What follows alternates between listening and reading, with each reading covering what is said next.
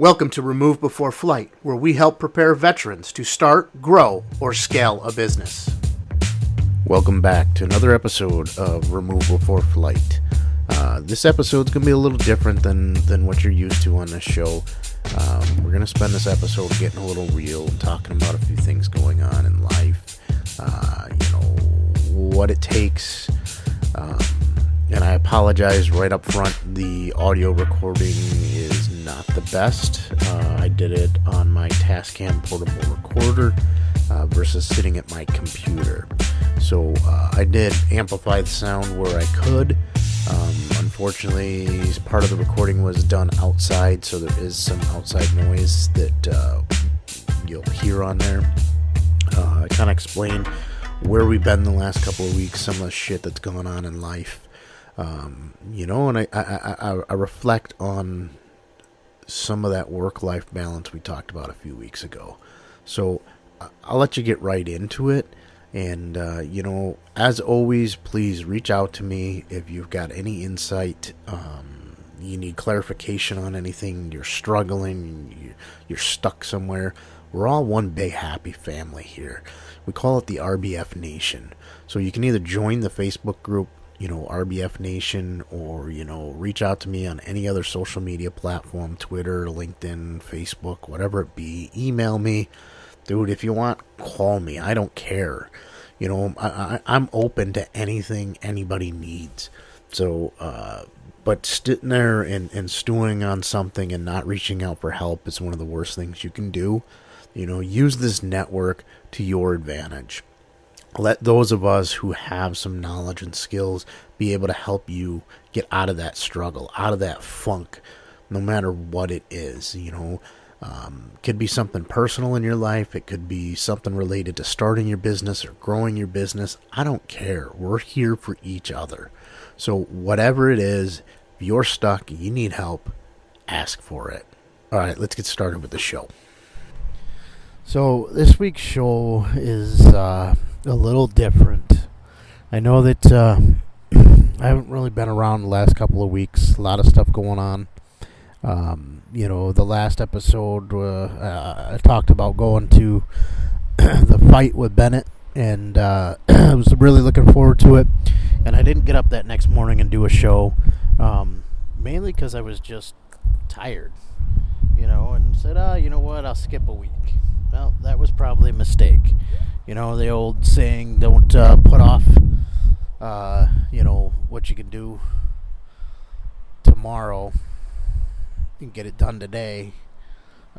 Really rang home, because after that I had a lot of crap go on in life that, we hit Labor Day weekend and I needed to spend some time with my family, so I left town and really had a great time, only to get back and find that this past week on Thursday my father-in-law passed away. It was an early morning phone call that we got saying that he was in the living room and it didn't look good, and it's not the phone call I wish anybody to get. So all I'll tell you guys out there is, the last few weeks have really put a couple things in perspective for me, and realizing, more and more as I look into research on stuff and trying to put things together to help share some of the knowledge I have with you guys that are listening to the show, that, working all the time is not where it's at. You have obligations to your family as well, and enjoy what time you can get with them. Yes, you still need to work and make some money, but, go and have a life. Don't work 24/7. That's something that I struggle with overcoming, and it's always been a battle of mine to overcome, and it's been trying to get easier, but it's just not, I don't know, it just, the last few weeks have really hit home that, summer went by, I really didn't do much with the kids. I needed to get out and spend some time with them. Yeah, we had a few days here, a few days there. Most of the stuff was local. But the Labor Day weekend came upon us real fast, and that's, traditionally the end of summer. It's like, holy shit, the summer went by and we've done nothing. So I planned a little getaway, and we had a great time. No like hardcore schedule, no nothing else. The biggest thing was no computers, no phones. It felt great just to get out and enjoy life. So, I highly recommend everybody out there takes an opportunity to reflect on their life, and make sure you get with your loved ones before next thing you know they're gone. So this week's show, we're not going to do anything with SEO. We're not going to talk about marketing your business or anything else. We're going to just reflect a little bit on, the importance of a good work-life balance. I know we did a show a couple weeks ago with the work-life balance, but, the more and more I look at it, and I apologize right now for the recording. I am sitting outside on a portable recorder, and I don't plan on cleaning up the audio. It's not that I don't want to take the time. I don't want to go through it. It's the fact that I think this episode is best done raw. You guys, I'm a human just like you, and I think by leaving this an authentic, raw recording versus sitting at my computer recording with a nice studio mic and everything else, might ring home a little bit with you that I'm just like you. Just an average Joe. So, and if I do sound a little different, it isn't because it's the audio recording. In the midst of all this other crap going on the Thursday before Labor Day, I grinded my teeth a little too hard while I was sleeping and snapped one of my front teeth off in half. So I spent, the Thursday before Labor Day trying to find a dentist that could extract the tooth and deal with it. So, here I am playing redneck hillbilly with no front tooth. So some of the letters might sound a little slurred. I'm not drunk. I just, have to learn a new way to talk. Replacing that tooth can't come quick enough, let me tell you. But, it's...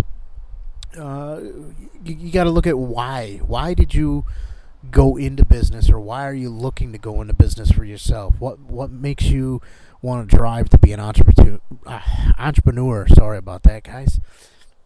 Still struggling to learning how to talk, But what is your goal? What is that fire that keeps you burning? For me, it was to have that freedom so that I could enjoy life. Only guess what?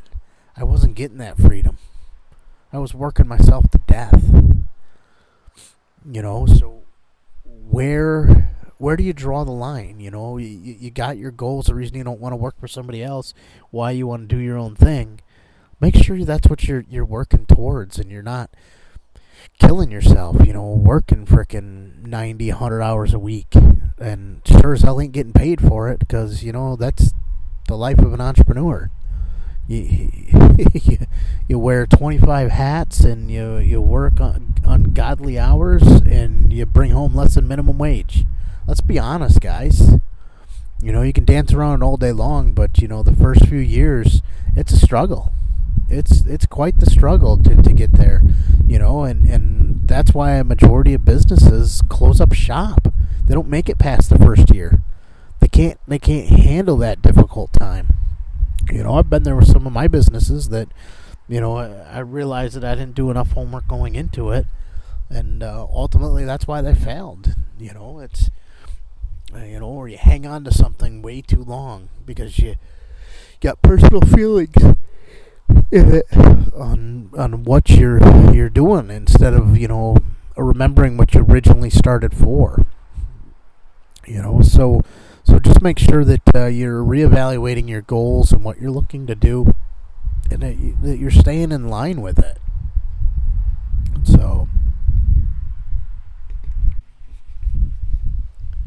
So where are you struggling? I want to hear from you guys. Head over to the RBF Nation. We're on Facebook. If you're not a member already, join the group. Links will be on the show notes page. let's work together as a team and help each other.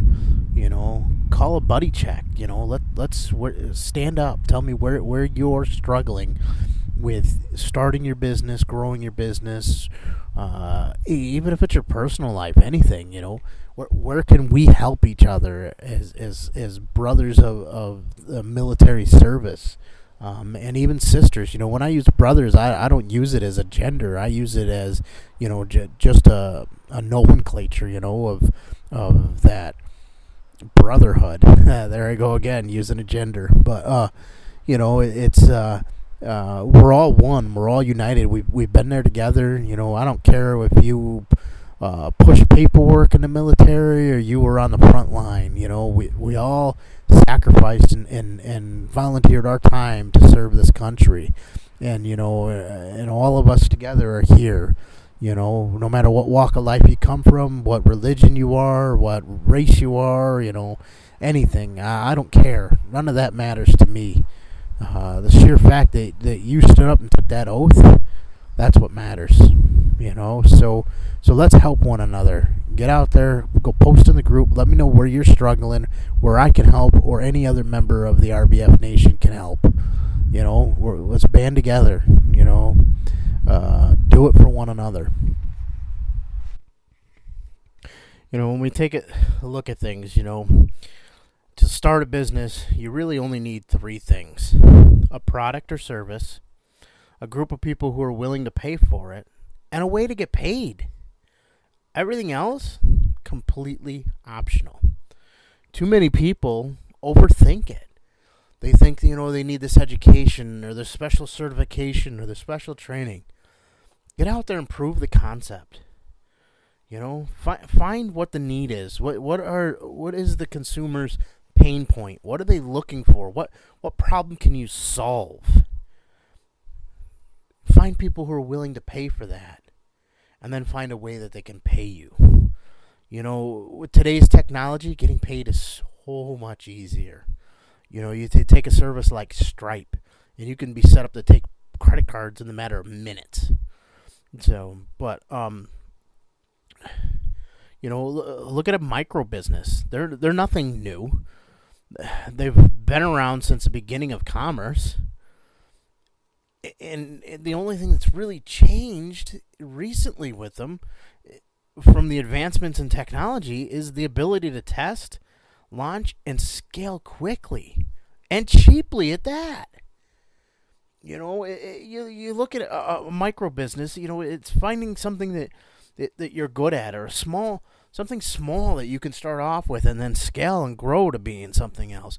Look at your skills. What do you bring to the table? If you're good at one thing, you're probably good at others. So take down an assessment of your skills. See what kind of knowledge you have and how you can relate it to topics that people have problems with. When you merge your passion and your skills into something that's useful for other people, you'll actually enjoy what you're doing. You won't hate getting up and going to work every day. You won't feel like, hey, I got to find something different. I'm not happy with this. And I'm not telling you this because I found some, magic wisdom or anything else. I'm telling you this because I've learned that mistake numerous times. Being a business because, I thought that's what I brought to the table and that's what I could do and I would be happy with it. Only to find out I freaking hated it. It was the last thing I wanted to be doing. I was miserable. I was an asshole to everybody around me. And I honestly didn't fucking care. And it's later, you look back and it ruined relationships. And, you don't get that back. So make sure that, this is something you want to do, that you have a passion for, that, you have the skills to be able to do it, and you're going to enjoy it. And don't think about the immediate. Think, 3 years down the road, 5 years down the road. Are you still going to want to be doing that? That's some good questions to ask yourself. So, yeah.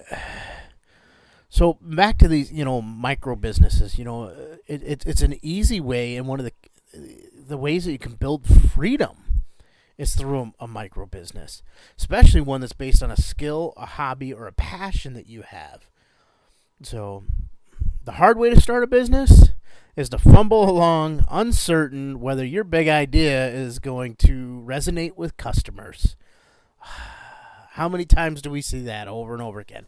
People have got this great idea for a business they want to start, yet they didn't think it through.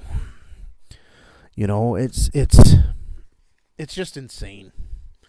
So, or think about, all right, so let's take this scenario. It's Friday night, which really it is Friday night because I'm recording this on Friday.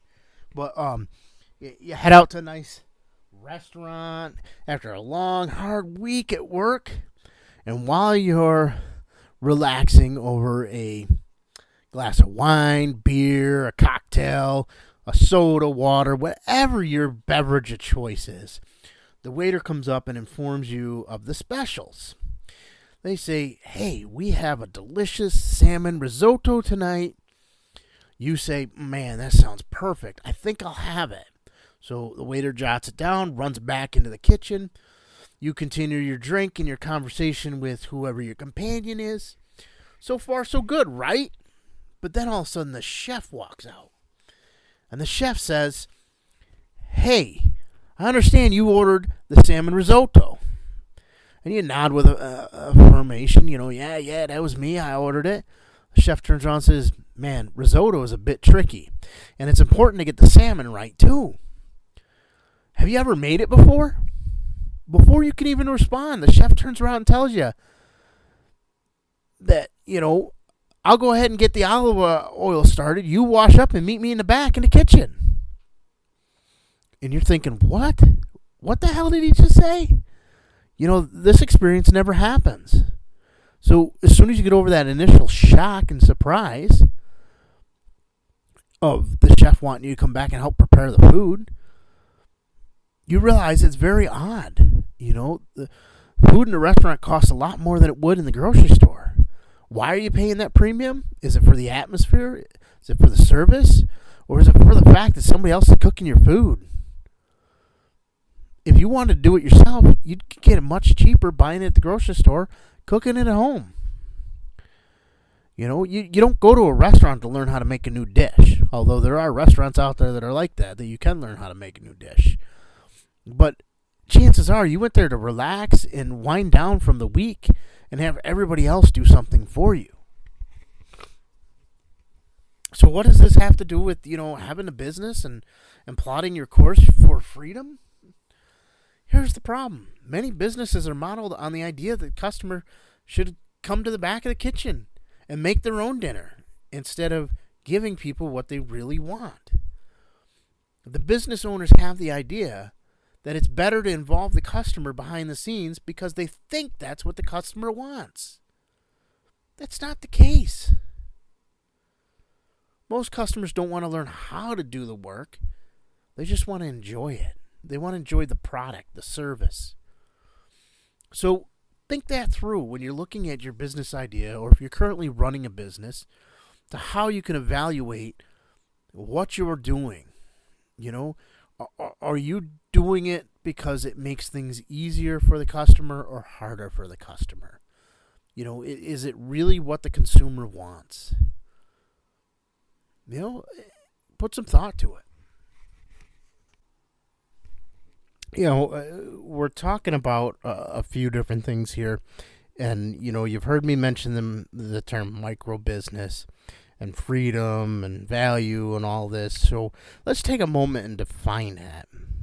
What is a micro business? A micro business is a way of earning a good living while crafting a life of independence and purpose. Freedom. Yeah, freedom. Freedom, that's what we're all looking for. And value, that's how you achieve it.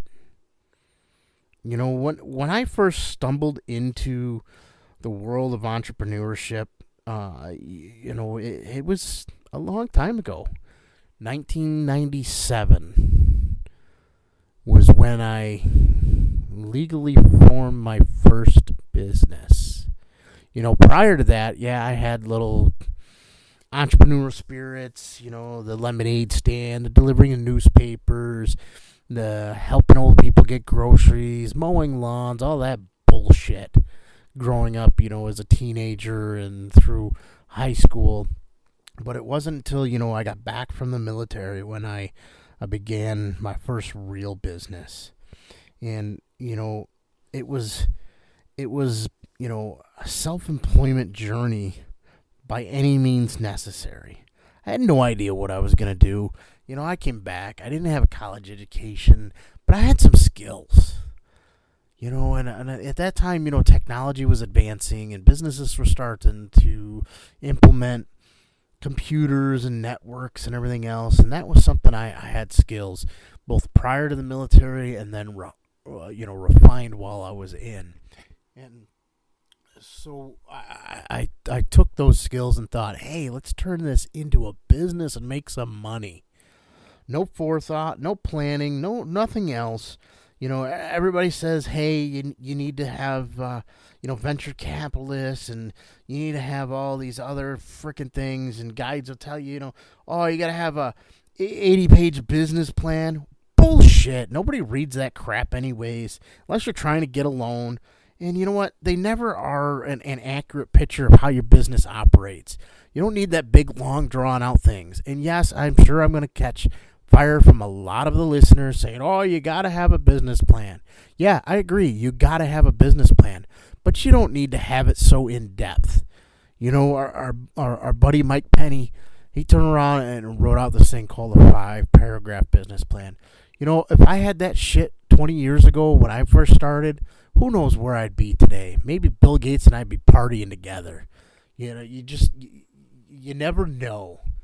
But, instead, I took the lazy route and didn't want to write out that 80-page business plan and all that other bullshit. So what did I do? I flew by the seat of my pants. I didn't have a plan. I dealt with the shit as it happened day to day. And yeah, I'm sorry, guys. I'm a little fired up, and you guys are used to not hearing me swear on this show. Every now and then I occasionally have, but it just frustrates me that some of these people are out there teaching business courses and telling people what they need to do to be a business owner, right? They got this great idea, and then one thing happens. Ask them a question.